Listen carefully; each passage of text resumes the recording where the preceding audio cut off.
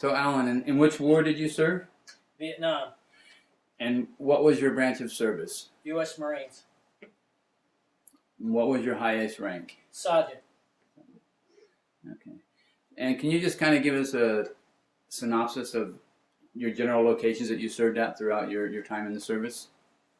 Served at Camp Lejeune, North Carolina. Then I went to Vietnam, served in Quang Tri, Vietnam, Dong Ha, Phu Bai, Chu Lai, Rock Pile, and Waterloo. Those were the places I served when I was in the service. Okay. And when you returned from Vietnam, did you exit out of service then, or did you go somewhere? I went to back to Camp Lejeune. Oh, okay. Okay.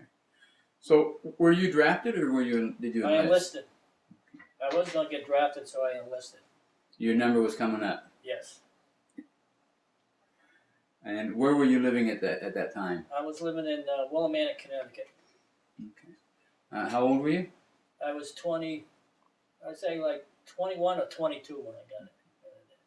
So, why? Can you just tell me what was it like for your family, your parents, and so on when you told them that you were going into service? How was this viewed by everybody? Were they supportive or? My father didn't like me going in the Marines. He wanted me to go in the Air Force, but Air Force or the Navy. But I chose the Marines because I took the test and I was going to be the electronics technicians for the Marine Air Wing. Then when I went through boot camp, I got changed to generator operator because they needed those more than the electronic technicians. So I wound up being a electrician generator operator. Do you remember the day that you left home to go to your first to basic training? My first day, I remember boot camp when I got there was May 9th, 1966. And I went 8 weeks and I graduated in the July 4th weekend that year. From there I went to Camp Geiger for advanced infantry training. From there I was shipped to Force Troops, 8th Com Battalion, 2nd Marine Division, Camp Lejeune. I served there for about 2 years, and then I got orders to go to Vietnam. I went to Vietnam in, I think it was May, I don't know the date, forgot the date, May 1968, and came home in June 1969. So you had been in a couple of years before you went to. Yes.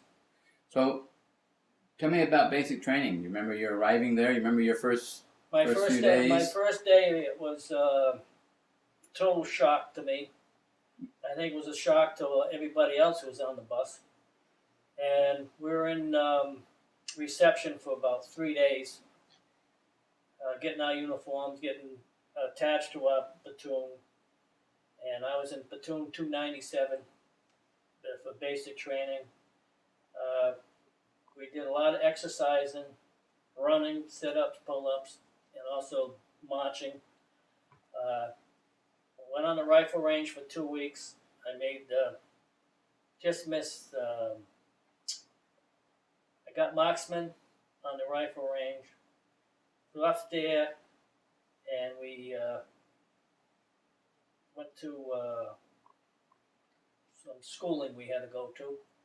And then July, the 4th weekend, I graduated. You have any experiences that you remember particularly that stand out? Oh yes, I had an experience when we were doing the PRT test. PRT test, you run 3 miles, you have your helmet on, knapsack on, bedroll, carry your rifle. You had a couple of magazines, a couple of canteens, first aid kit, and you had to climb up the rope. You had 30 seconds to climb the rope. I climbed the rope, and you put your hand in the loop and you signal with your left hand. At the time, this other guy was climbing up on my rope, and the DI told me to let go. So I had no choice. I had to let go. He was climbing up my rope and came down on top of him. That was The guy, I think I had his nose broken, bruised his shoulder, a couple of teeth knocked out. That was one of the experiences I had at the boot camp. Why do you want you to let go? Because the other guy shouldn't have been going yet, or? Well, the guy shouldn't have been climbing. I don't know how we got on my rope, but the ropes are so close, now the ropes, he must have got on mine. And that was one of the things that happened there. And on the PRT test, I was a platoon guard on, carried the platoon flag, and we had a guy from Mobile, Alabama, a black guy. He came in weighing 325 pounds, and he graduated at 185, but we had to carry him the last half mile for the PRT test. He was exhausted. So, but yeah, well, and boot camp was okay, I thought, but learned a lot, and they were after us every day. Didn't get much sleep the first couple of days, but we were up at like 5 o'clock in the morning and going and running for breakfast and doing our thing and that. But it was an experience. Taught me a lot. So, yes. I was just go ahead. You had something else from basic training? No, that was it about basic. Yeah. Okay. So basic training, you graduated July 4th weekend. Yep. And where did you go after that? I went to Camp Geiger, North Carolina, for advanced infantry training. I was there maybe 2 or 3 weeks, 4 weeks, and then I got assigned to 8th Com Battalion Force Troops, 2nd Marine Division at Camp Lejeune. That I reported in there, and I think I went home on leave or something like that after that. Yeah. Then after leave, I came back, and then after boot camp, when I was home on leave, me and my wife got married in August 1966, and I had to go back to Lejeune, and I got base housing for us, and then I come home on a 96 and got her, and she came back down and lived with us. She was an LPN at the time. She worked at the Jacksonville Memorial Hospital, and then she moved to the Naval Hospital at Camp Lejeune where she worked. She kept me going. She was a big part of when I was in the service and everything. I was glad she was there with me. Yeah. So you were married before you went to Vietnam. Yes. Yeah. And then I went. We were there. I made rank at in boot camp as PFC there, and then 30 days after that, I was made Lance Corporal, and 30 days after that, in my company, I made E4, and I was E4 for 18 months, and I made sergeant in Vietnam when I was over there. Wow. So you E4 was what, corporal for you? Yes. Yeah. You were a corporal like within your first 6 months? Oh yes. Yeah. Wow. But I was E4 for 18 because the E5s were, like I would say, up and over into extending in Vietnam. So the sergeants, they couldn't make sergeants until a few of them came back. But I made sergeant when I was in Vietnam. So tell me, what was before you went to Vietnam when you were at Camp Lejeune? Yeah. What was your daily routine? What did you do there? We had personal rifle and personnel inspections. They had junks on the bunks, and every morning, when my wife was there, we lived off base, so you had to come in and report in. And we went outside for formation. They gave you what we're going to be doing today, and then you went back. You went to your shops. I went down to the generator electrician shop. We were doing our work and everything. That's what I was doing after that. And then when we had to we had to run a PRT test once in a while. So you had to come back and do that. And Mhm. that's one of the things I didn't like doing, but we had to do it. Didn't like running it or didn't like doing the PRT? Doing the PRT. Yeah. You know, you had a lot of exercises to do. You jump, you had everything on. You had your helmet on, knapsack, everything like you were going, you know, gonna invade something. You know, but I didn't like that at all. So, and then I was at Lejeune for almost 2 years before I went to Vietnam. But we do like every day, same thing, report in Yeah. and that. I stood a lot of duty NCO. Like one night, you know, I had to duty NCO and all that. And I for one time, but that's one. We had like rifle and personnel inspection, junk on the box, and then you had your inspections down at your shop. You had to make sure all the generators were in top shape. Paperwork was all in order and everything. And our shop was very good in that. So we got excellent most of the time. We got excellent in our inspections and everything, which was good. I was happy. And we had a good officer in charge, and our staff. We had a staff sergeant who was very good, and our gunnery sergeant down there was very good. So we had any problems, we go to them, and they, you know, straighten us out what we had to do, what we couldn't do. So I enjoyed that. Yeah, and then I got my orders, and I go to Vietnam. Brought my wife home. Had a little leave, and I think I got to the country May 13th, 1968. That's when I went to Vietnam. Yeah. Well, before we get to your deployment to Vietnam, I'm just curious. I want to ask you. At that time, did you feel being a married person in the Marines? Did you feel you were the unusual, or was there a lot of people, married servicemen in the Marines? There was a lot. There was at that time. Yep, and our company had quite a few. Yeah. And there was, let's say, half and half married, half single. Really? Yeah. And a lot of them were very young. Young guys getting married. Yeah. So I didn't mind. You know, when I hated to go, but hey, that was my duty and everything. But I knew she would be by herself at home with, you know, she lived with her mom for while I was gone. But so How, when you got your notice, deployment orders that you're going to Vietnam, were they just individual, or did your whole unit go, or individual? Just individual. Yep. Okay. And when I got my orders, when I got to Vietnam, I'd say maybe a month later, a couple of guys from my company was there, like the motor transport guys. Oh, really? From Camp Lejeune? Yep, from our battalion. There was 2 motor transport guys and one other electrician came over about a month after I got there. Yeah. Must have been kind of nice having a familiar face show up. Oh yes, yeah. And I met quite a few guys, you know, from different parts of the country and everything, different areas and everything.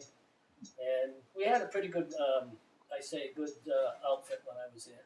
You know, everybody worked together and did what they had to do, and there was no like turmoil or fighting between us or something. You know, we went over and did the job, and that was it.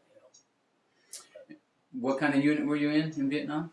I was in 3rd Engineers, 3rd Marine Division. There was most of them was like motor transport was in there with us. Electrician, generator operators mostly, in that company I was in. And on the other side of us was the combat engineers. So we had those over there. And over where the airfield was in Quantry was the 3rd Recon, and the infantry guys were there. 3rd Marines and the 5th Marines were there. So we had to go support them on the base and do this, do that. And we had to give them power everything. So we kept busy. We kept busy. And your primary purpose was to, Support the rear area, and also to support when you're out in the bush the infantry and recon companies. and how did you support them? By what? I mean, what were you? Providing them with electrical power and communications, so they can, we had set up towers and everything for them, and power to. We had set up generators for the command bunkers, and also where their living quarters were, their mess halls, if they had any. But most of them we lived in tents, so we just had to make sure we gave them communications. And then while I was there, we went out and search and destroy with them too. So yeah, had to go out with them. And we had stood, perimeter guard duty while we were out there too. So you went out with them on missions, and your main purpose was just to make sure that their comms stayed up and Yep. and Make sure that they had communications all the time, and if they were in a permanent, like, rear area, like we were, we set up the generators to make sure they were operational and all that for them. If anything happened, we had to, go in and fix them and everything. And then when we were not doing that, we went out on the search and destroy, and perimeter guard. That's what we did. Yeah. must have been quite an experience for them. Oh yeah, we had some firefights and everything, and when I first got to Vietnam, New Year's Eve, I was in charge of on a whole 11, and we had just put new concertina wire up because the VC were climbing under the concertina wire, and we had claymore mines out there, and they were turning the claymore mines around. So what we had to do is put soda cans and beer cans on the concertina wire, so at, say for instance, when you're in the hole, say at 9:30, after 9:30, nobody else is coming out there. They come in and here, it's the enemy. And when we had firefights out there, we got hit, and we hit the claymore mines, and they start coming back at you. So we had to put for our own protection and everything, and also to find out who was out there, put the soda cans and beer cans on the concertina wires, and it helped out a lot. Yeah. It worked. Yeah. And if you know when someone was trying to mess with things. Right. Yeah. And I had some experiences out there. And of course, back in the rear area, you had the Vietnamese working with you. They like clean up. We had like sweep out the huts and everything. But we have to lock. We had lockers. We had to make sure those were all locked up. And we had put the rifles and everything in the what they call the ammo locker, so they couldn't get at them. And we had this couple of 12-year-old Vietnamese people working with us. And that night, I didn't know that, but they were VC. And one of the kids that was working with us, he was helping us string the wire in the compound. And at night, he was a VC. I blew him away that one night. New Year's Eve when we got hit. He was one of the ones that attacked us. Really? And I was on the M60. I got him. Well, at the time, I didn't know he was there. Yeah. So after the attack was over, the next morning, we went out and we had to count the bodies. That's when we found him. It was right in front of our hole. So you had four guys in the hole. They had 50% alert. There were 2 guys up, 2 guys down. I never slept when I was out there. No. And then you had like 100%. All 4 guys are up, and that night I was manning the M60, and the flares were going up and down, and then they started coming, and then we just opened fire, and we got there was I say maybe 5 or 6 of the workers in our compound that was out there with him that night. And the 12-year-old kid I got. So you don't know who the heck, you think they're good, but and at night they're out there shooting at you. Mm. So we had some experiences. How long at a time were you out there on perimeter? We'd go out there at 6 o'clock at night till 9 o'clock in the morning. Are you out there all through the night? Yes. Yeah. And depending on, if you had 4 guys in the hole, so if you went 50% alert, you had 2 guys up, 2 guys down. Try to, if you wanted to sleep. I didn't sleep. I just closed my eyes and wake up. And then 100%, you had all 4 of them. So we did that from 6 o'clock at night till 9 o'clock in the morning. Then you come back, you get relieved. They have somebody else out there.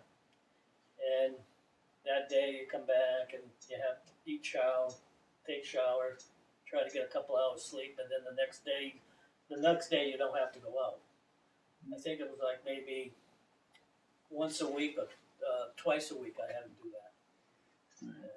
Then the next day you go about your jobs and everything. Kind of a rotating roster. Yes. But it was.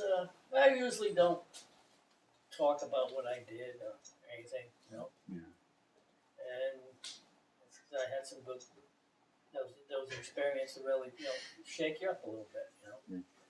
But when I left, I just did my job and was hoping when I was going to come home, Yeah. So. So what was your impression of when you went to other sites, other encampments, or other locations? Was that a relief from the normal routine, or was that? I think it was something different you had to do and everything, and keep doing the same thing over and over, and then okay, well, we need a couple of guys to go to the rock pile. We're going to go to the rock pile you're going for a week or so, 3 or 4 days, and it was different. Yeah. To go out to the different encampments and see how they do things and work. Because once you get out there, and if you're only out there for say 2 or 3 days, you're really busy. You don't get much sleep when you're going out there, doing this, doing that, and then if they need perimeter guard, you got to stand perimeter guard and everything.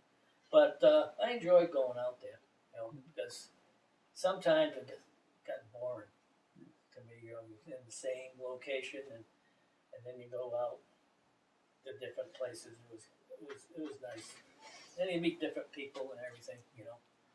When you went out to these other locations, were they close enough? Did you have to walk to them? Did you ride? Well, they usually a couple of places we went by truck. Mm-hmm. A couple other places, like Fulby and Chulai, they flew you out with a helicopter. Okay. Yeah. Don Ha, which was like say 3 or 4 miles up the road from Claim Tree, they put you in a Jeep or a semi truck, drive you out there. Yeah. And what was that? Dong Hai? Don Ha. Dong Ha. Yeah. When I first got talk about Don Ha, first time when I first got there, I just come off of perimeter guard duty. Went in, had a shower, had breakfast. And we were still living in the tents. We haven't got our wooden huts yet. And I was in the rack, and all of a sudden I heard it kaboom. The tent shook, and my rack shook. And I said, "What the heck was that?" And the guy came in and said, "The gooks just hit the ammo dump and down off." So I went outside the tent, and you could see it was just all in flames, dark smoke, and you can see the shells going off of there, and then the gooks just hit the ammo dump at Don Ha. That was exciting. Oof, that thing lit up for about 2 days, 2 or 3 days. It just kept going until they finally put the fire out. Yeah. They couldn't do nothing when the shells were going off. So they lost some. There was an airfield there too at Don Ha. They lost a couple of C-130s that were parked there. They lost a couple of helicopters Oh, over there. really? Yeah, They had in part close enough to there. yeah. So they lost those, and nobody got killed or nothing. A couple of guys got wounded, they said. So they didn't say too much about it. But then they moved the ammo dump over to Claim Tree, and then the Seabees came and built these big cement tombs, and they put the ammunition underground. So when they did that, they didn't let the Vietnamese people who worked on the base wouldn't let them on until everything was done. So they couldn't see where it was. So, but those are a couple of experiences. Yeah, I bet. So did you say you went out on some of the patrols, some of the? Yeah, we went out on what they call search and destroy. We got in a couple of firefights and that, and it was just like 16, 20 of us, and most of them were 3rd Recon, and they needed a couple of extra guys. They just like hand pictured, and you went out with them. They took care of you. Yeah, but we saw some action. Sometimes we didn't, depending, or we see the trails. And another thing we found on the search and destroy is the booby traps. If we had a 250-pound bomb that didn't explode, the gooks would turn around and stick it up in a tree. It had the wire and everything. So when you hit that wire, it would go off. It went off with batteries. And then they had these little boxes. If you walk into them, they come up and hit you on the side of your legs. Right. With spikes. Oh yeah. And well, and then what they do is they put cow manure, like buffalo manure, right, and human waste on those. So when you get that, you have like 2 or 3 guys that have to help you pick you up and take you out. They take you to first aid, and with that, you can get inspections and all that. But and then they came out with this thing that when you're out in the bush, even the rations we had, the cans, we throw them away. The gooks would make like a hand grenade with that. They put glass in it. They put everything in it. Human waste. They put everything in it. So if it hits you, it's going to cause an infection.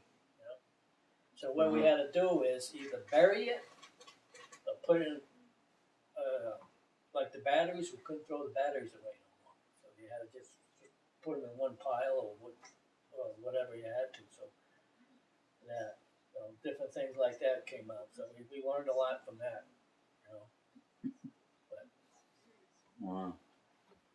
so it was an experience. And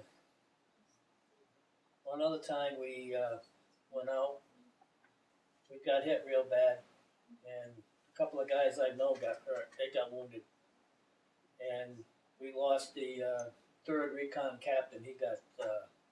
He walked on a mine, booby trap. He got killed, and they hell-evac'd everybody right out of that area. They come to find out it was the NVA, big 2 or 3 battalions of NVA. We were in the middle of it. Oh really? So we went back to, we had to like run or walk a couple of miles, and then they brought in helicopters and got us out of there. That's when NVA was starting to attack South Vietnam, come down, yeah. So we had different things.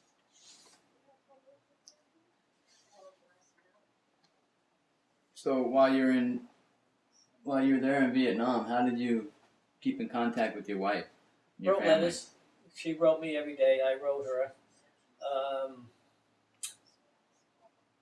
She used to send me care packages, and the care packages was chocolate chip cookies, M&Ms, peanuts, nuts, everything. Because before we got our CB built our mess hall, we get the C rations, All 3 meals? All 3 meals.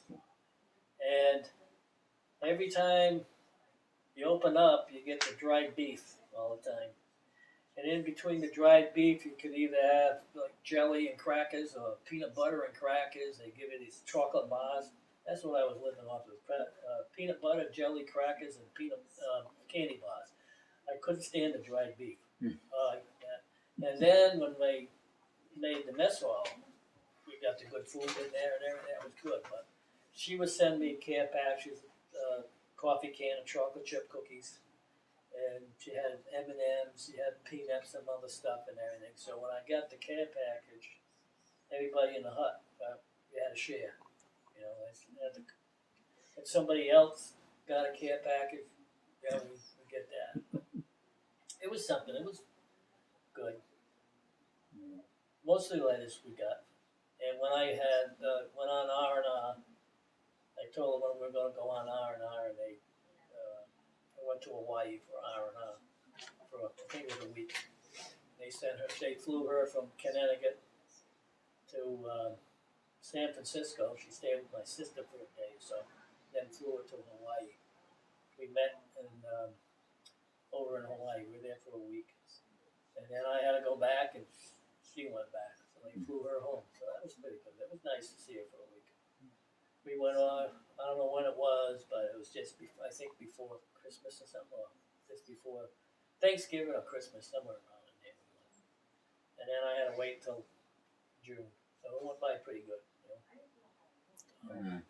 We had a good time, and it was nice to see her and everything. I lost weight. I went over weighing, I think, 185 pounds.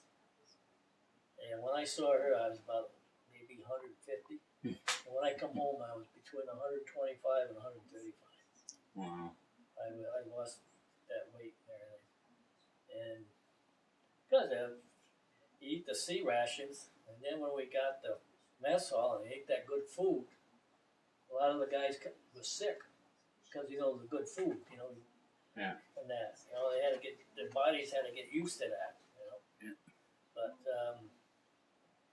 and like, I got home on weight, like I say, between 125 and 135. Wow. I got fattened up a little fast. Yep. So tell me about your departure from Vietnam. Was this a day you were ready for? You couldn't wait to get out of there? Oh, yeah, of course you have, they give you orders, you're going to be leaving, say, 60 days or 30 days. Well, I didn't want, I knew I was going, I had like 90 days left, so I Right. didn't put it on the calendar. If you keep marking the days off, it goes by so slow. So when I got down to 30 days, I marked it off on a calendar. And the day before, 2 days before I was going to leave, they called me in the office and said, "You're going to leave on such and such a day. You have to sign these papers." So I signed the papers and everything. And you report back to the office with your gear on such and such a date. They give you, they take you over to the airport. So I left, I think it was June, middle of June. Brought me over to the airport in Tree. Got on the C-130, drove you down to, flew you down to Da Nang. Reported into Da Nang, and I just come in from the bush. I was just coming in from the bush, so I didn't have a chance to take a shower or nothing. You know, and I was still in dirty clothes and everything. I reported at Da Nang, and that day I went from Da Nang to Okinawa, and that's where most of the Marines went to. And got on the plane, and the stewardess told me, she says, "Come with me, Sergeant, come with me." So put me in the back of the plane, way in the back. She says, "No disgrace to you, but," she says, "you stink." I said, "Well, I haven't taken a shot. I know that." She said, "You should probably come out of the bush." I said, "Yep." Then we got to Okinawa, and we had to go. I always kept my shot card up to date, because when you get ready to go, in case you could get like 10 shots here, 5 shots, every month I went and checked my, see if I needed a shot or something. Mm-hmm. Yep. So I didn't need any shots. We got to Okinawa, and they send you over, and you got a haircut, took your shower and everything. Then you got your uniforms all ready to go, and we were, they told you the day you're going to leave. So I said, well, that's good. So packed up everything and boarded the plane, and we went from Okinawa to Wake Island, Wake to Guam, Guam to Hawaii, and then from Hawaii we went to Travis Air Force Base, San Francisco, and flew home. Got there and at Travis, and I said, "Oh boy!" I said, oh, "Tomorrow I'll be home." And got my order. They stamped it. We got 45 days leave. I said, "Oh boy, that's good." And they were going to put you on a bus. So a couple of guys I was over in Vietnam with said, "Hey, let's grab a cab." He said, "It'd be faster." I said, "Okay." So we 4 or 5 of us guys got in a cab, and went to Frisco. And I went in and I went home on U.S. Airways at the time to fly from San Francisco to Hartford. And I was waiting in line and everything. I had my seat bag and everything, had my orders. So I got up to the register. And this is when the hippie generation was there, the hippies. Yeah. And there's an older couple behind me.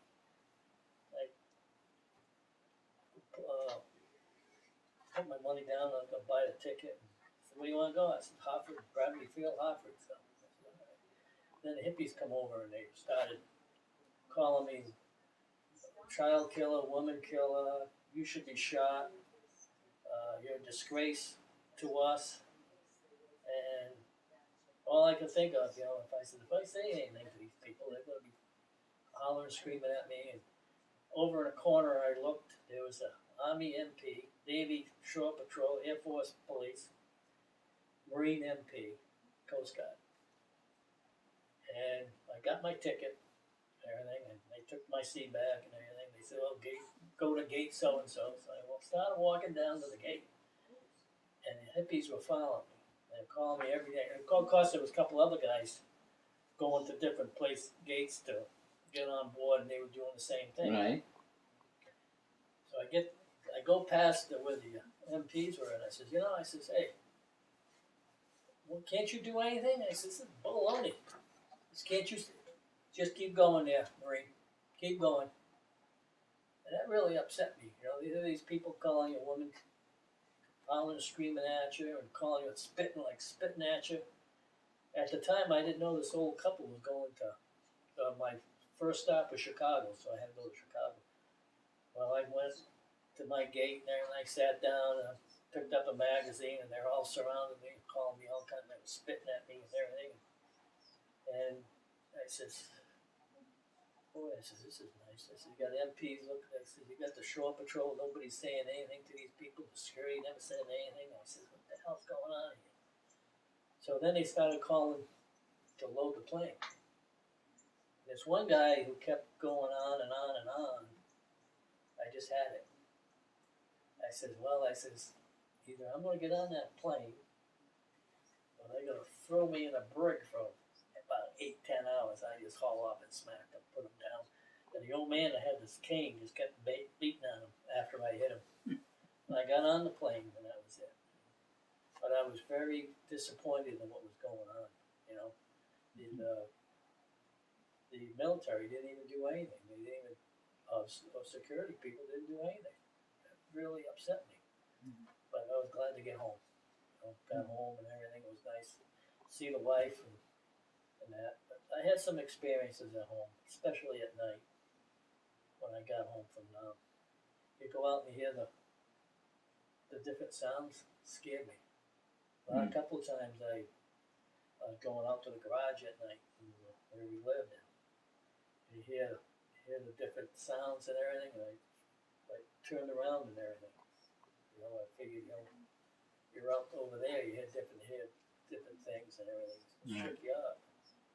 And even it took me a while to I told my wife, I says, you know, when I'm sleeping, I says, don't come right up to me. I says, come to the end of the bed and shake me. Shake my feet until I wake up. I says, I don't want to do nothing. I said, I'll come up and I start swinging or something, you know.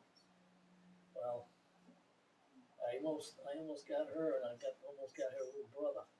But then after a while, things started, you know, going into focus and everything. I was getting over that and everything. But it was kind of hairy there for a while.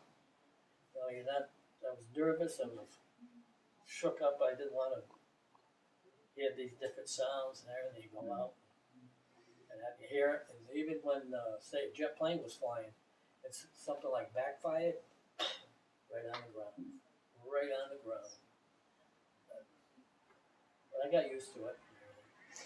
You have an experience like that, you can't just turn it off overnight. No, You gotta. you gotta take it, you know, one day at a time. And we did that and with her help and everything came out okay. You know. She was real good about that. Nice. So.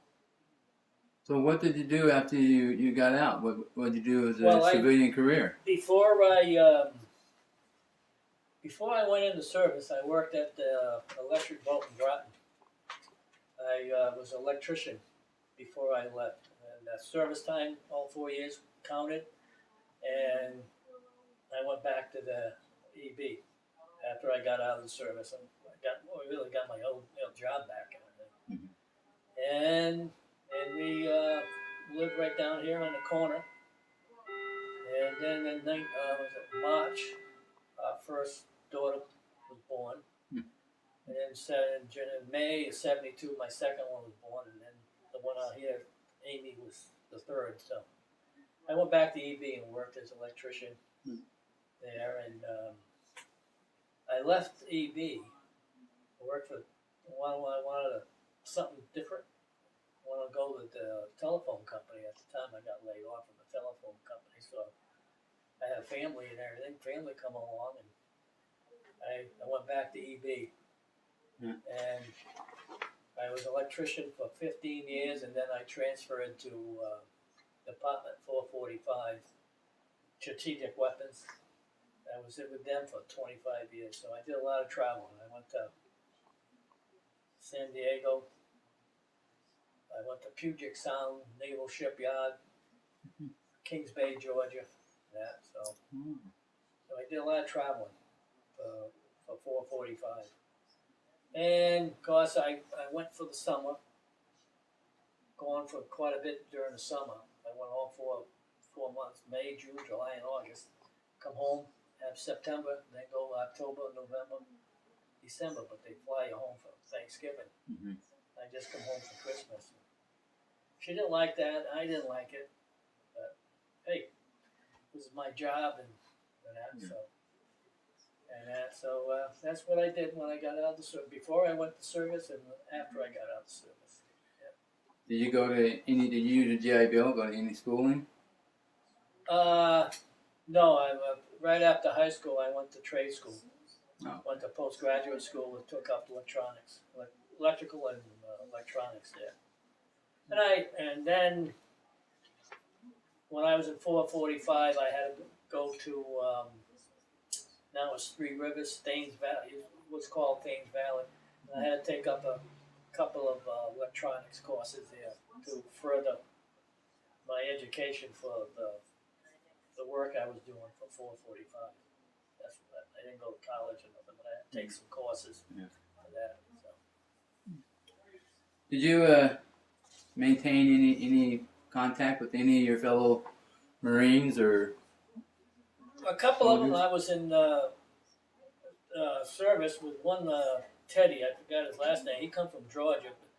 He was married, had a family, and we used to send Christmas cards back and forth and all that. And I had a friend over in Oregon, Dallas. I forgot his name, and I think he passed away a couple of years ago. And we used to, like send Christmas cards and everything. And then I had a friend when I was in Lejeune with Mike Lober. They come from Pittsburgh. He was a cop. He was Okay. worked for the Pittsburgh police, Mhm. and he got drafted in the Marines. He was in the motor transport, and he lived in the same base house that we lived. And he was in my battalion too, so motor transport. Really? So there was like 3 or 4 of them that I knew and everything. That we kept in touch, and now I don't hear from him no more. You know, I don't know what happened to him or not. And that was it. So Have you been involved in any organizations like the VFW or? I'm a member of the VFW in Plainfield. Right. Yeah, and I go down to Norwich. VFW down at they have something for the veterans on. I think it's the first Wednesday of every month. Yeah. You go down and they have the coffee and so forth. We talk with them, and quite a few of the guys that go down, I work with at EB. Oh, okay. So it's nice to see them. You know, they talk about different things and everything. So it's nice to see them. That's how I've been doing. So, Alan, do you think your military experience has shaped how your life turned out, or the way that you act? I think my military experience, like boot camp, shaped me for my rest of my life here. You know, show me what I can do, what I can't do, and supported me and helped raising my family and everything. You know? Nice. I think it helped a lot. I think these young men now who don't work, who just walk the streets, they should go in the military. You know, and I think that it would straighten them right out. You know, and what I see sometimes is unbelievable. Me and my wife enjoy car racing. We go to Daytona every year. And one thing that really upsets me is when they play the national anthem. And you see these young guys just sitting there, standing there, don't even move their hats. And I'm saying, you know what, guys? I says, you don't show respect for that flag. I says, if you go some other country, I says, you wish to have, you did go there.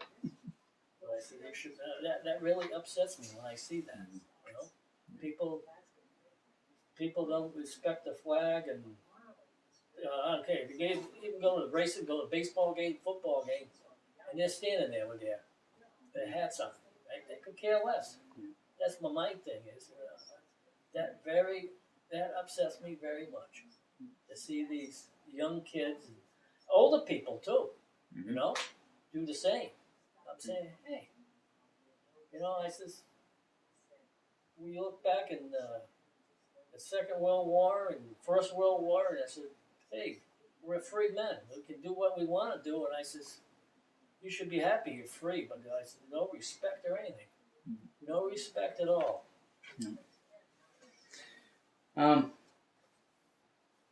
So, Alan, I think I'm done. Is there anything that you'd like to discuss that we didn't touch on? Oh, no, not really. No. But I tell you the truth, I enjoyed my military service. I might have not liked going over there and that, but I learned a lot from that. Yeah. And Well, let me thank you for your service, and thank you for taking the time allowing me to interview you today. okay, thank you.